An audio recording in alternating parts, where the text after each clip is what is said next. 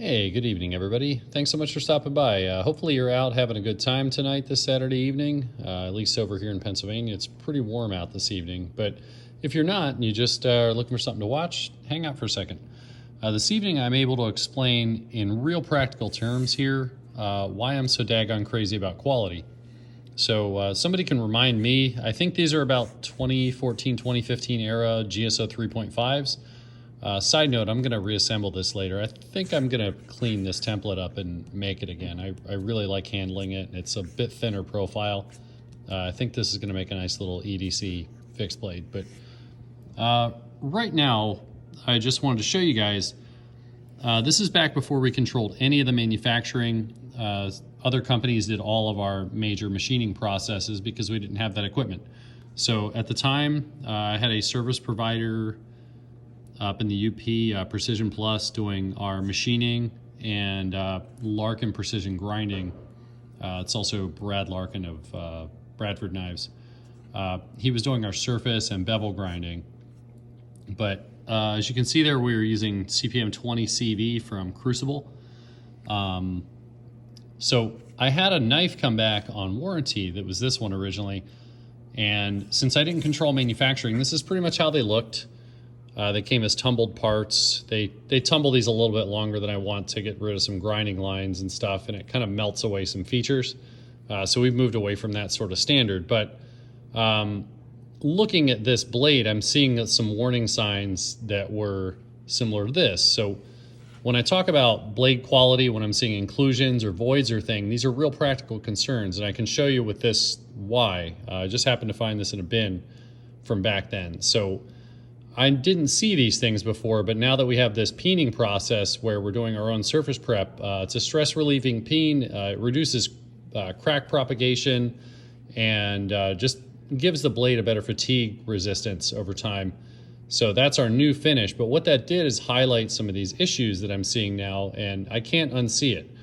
So when I zoom in here, I took the handles off. There's a couple of rust spots and things around there. Just kind of irregular and splotchy in ways that I wouldn't expect 20 CV to be corroding. But I had this blade. It looked the same originally, but then I peened it to have a better look at it, and some things happened. So looking at this blade, it came back for some fisheye rust spots on the surface of the blade.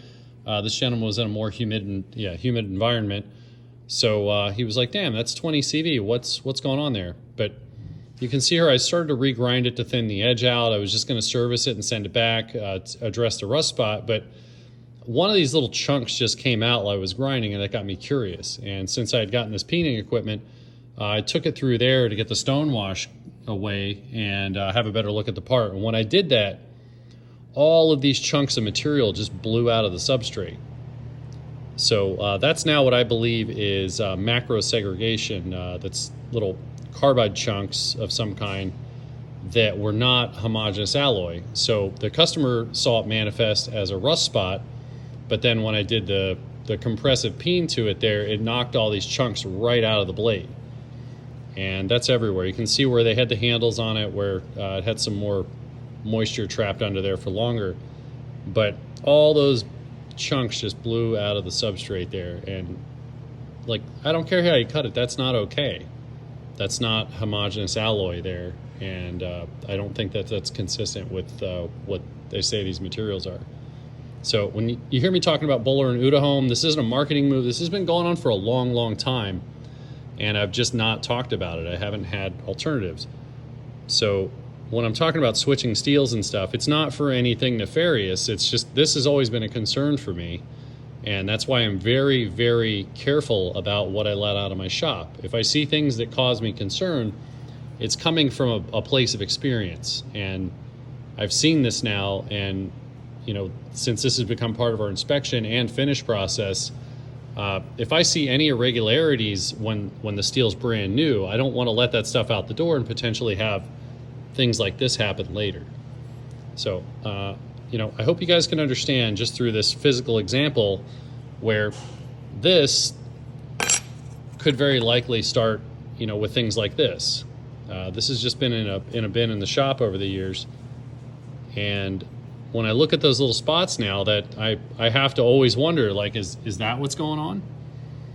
And, you know, like I said, now that I've seen it, I can't unsee it. So give me just a second here. I'm going to reassemble this and just have a little one over this. But I'm really jazzed about this little knife. I forgot how comfy and just sleek it is. And I think it's encouraging me to revisit this for a slimline option for a smaller knife. All right, so we got this little fella all put back together here. You can see how much the old tumble from the subcontractor there just melts away the features. And I'm really, really happy about what we're doing these days. But this is a nice little unit here. It's very, very lightweight, slim. I think I might go back to this basic template and just modernize it with some of the things we've learned along the way for the next release of the GSO 3.5. It's just really lightweight. It's nimble. With the skeletonized handle, I'm seeing a potential to maybe put a hidden storage pocket in there.